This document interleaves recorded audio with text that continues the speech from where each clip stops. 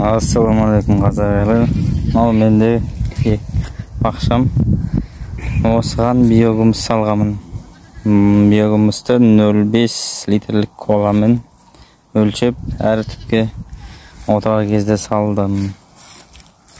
Қазір осындай жеміс беріп жатыр. Маңды бір ағашқа байлай қойғам, бірақ бір ағаш өзіне ауыр болып, жемісінен жерге жатып жатыр.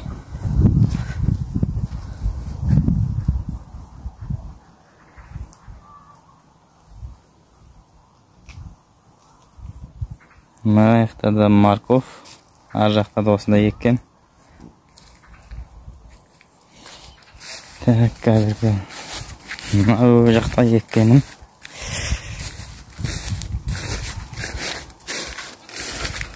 Бұл жақта май айының паштай аяғында еккен.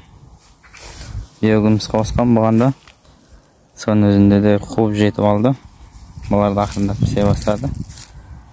Мына жақта помидордың сорты осындай биік болады. Ар жақтағылар бойы 50 сантиметрден аспай болатын. Бұларды түйін тастап ақырындап пісуге айналды. Мінекей. Ал ар жақтағы помидорларымды бір түп ағашқа байлап мен олар қылақ қалды. Одан кейін осылай ағашқа оған ұзынан рейкі тастап солай жасап көрдім. Содан осылай жасаған дұрыс екен. Бір ағашқа байлап қойғаннан қарағанда. Мына кішкентай аралас, мына сақ помидорлар бар осындай.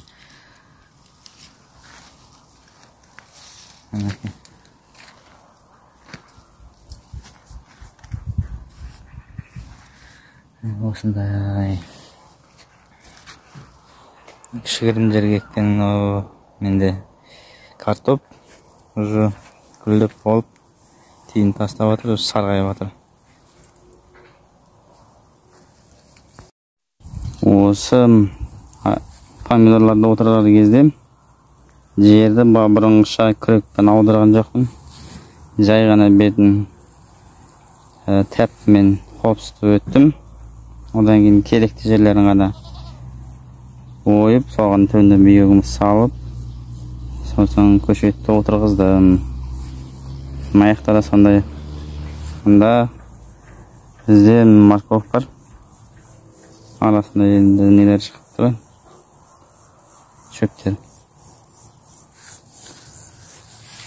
Одан кейін мынандай бір не көрдім. Тексеріп. Кардан төсеп. Кардан төсеп көрсе де болады екен. Тоже мұнда жерді оймай, кардан бетіне қойып, карданға керек жерге тесік жасап, бұрыштар еккен. Арасынан өзі мына жерде жабайы не шығыпты, помидор. Былтырдан қалып қойған сияқты тұқымнан. Бұрыштар. Бұрыштар шығып отыр, гүлдеп отыр. Мынандай бұрыштар.